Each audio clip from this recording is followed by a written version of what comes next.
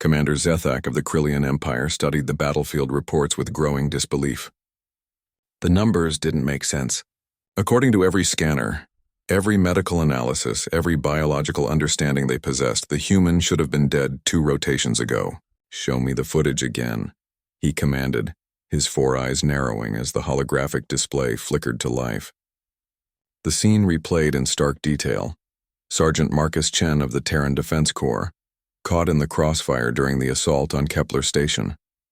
The plasma bolt had torn through his abdomen, cauterizing flesh and organs in a wound that would have instantly killed any Krillian warrior. A second shot had shattered his left arm, leaving it hanging by sinews and determination alone. Blood, so much blood, had pooled beneath him as he fell behind the twisted wreckage of a supply crate. Any rational being would have died. Any civilized species would have surrendered to the inevitable. Marcus Chen had done neither. "Impossible," whispered Sub-Commander Vexhai, her scaled hide rippling with unease. "No organism can function with such trauma. Our bioweapons were designed to incapacitate through catastrophic system failure." Zethak paused the recording at the moment Chen had risen from his own blood. The human's face was pale as moonstone, his breathing labored, yet his eyes, those terrifyingly focused human eyes, burned with something the Krillians had never encountered in their 1,000-year conquest of the galaxy. Pure unyielding will. The next 72 hours had redefined everything the Krillian Empire thought they knew about warfare.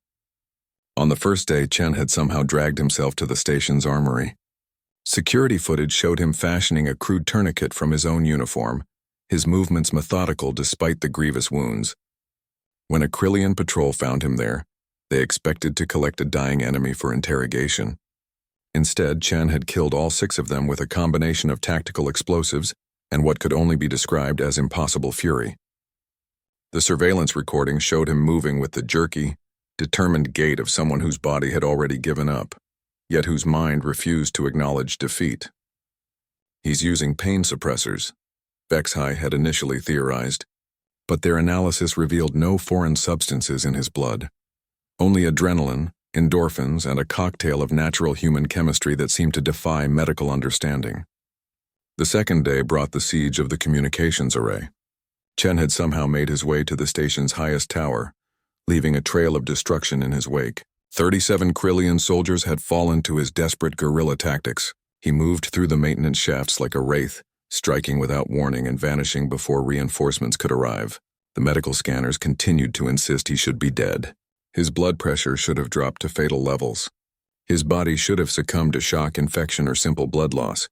Yet there he was on every security feed, somehow still fighting, still moving, still refusing to accept the mathematical certainty of his death. What manner of creatures are these humans? Zethak had wondered aloud as reports flooded in.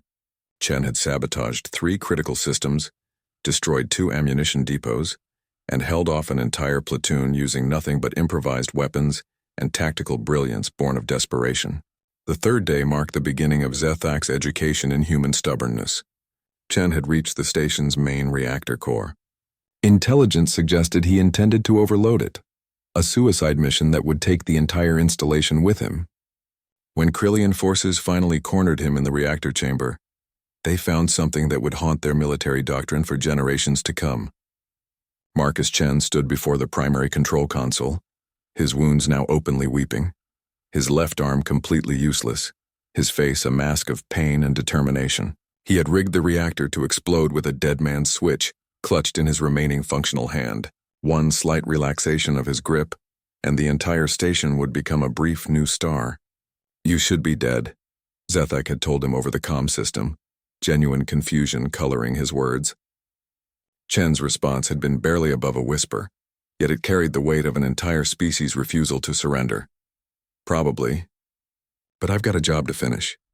The standoff lasted 6 hours. Chen negotiated the evacuation of human prisoners, the safe passage of civilian personnel, and the withdrawal of Krillian forces from the Kepler system, all while bleeding out from wounds that should have killed him 3 days prior. When the agreement was reached and the hostages safely away, Chen finally allowed his body to acknowledge what his mind had refused to accept. He collapsed, the dead man's switch tumbling from fingers that had somehow maintained their grip through sheer force of will. The reactor powered down safely. The station survived. Marcus Chen did not. In the aftermath, Zethak stood over the human's body, studying the face that had defied every principle of biological reality. The medics confirmed what their instruments had been insisting all along. Chen had been clinically dead for most of those 3 days. His body had been running on nothing but determination and what humans apparently called spite. "Commander," Vexhai approached cautiously, "the War Council is demanding an explanation. How do we report this?" Zethak looked up from the fallen human, his 4 eyes reflecting a new understanding of their enemy. "We tell them the truth. We tell them that humans don't die when they should. They die when they're finished." The report that eventually reached the Krillian High Command was brief but profound in its implications. It spoke of a species that could function beyond biological death through willpower alone, of soldiers who treated mortal wounds as minor inconveniences, of a military force that considered impossible odds to be merely challenging. The war ended 6 months later. The Krillian Empire, conquerors of 1,000 worlds, requested terms of surrender from the Terran Defense Corps. In their official statement, they cited fundamental incompatibility with human combat doctrine as their primary reason for withdrawal from Terran space. The real reason, whispered in the corridors of Krillian command ships, was simpler. How do you defeat an enemy who refuses to acknowledge death? The answer, they had learned, was that you don't. You find something else to conquer, something less terrifyingly stubborn than humanity. In the end, Marcus Chen's 3 impossible days of fighting while dead had accomplished what no army could. They had taught the galaxy that humans were not just another species to be conquered. They were something entirely more dangerous. They were too stupid to know when they were beaten,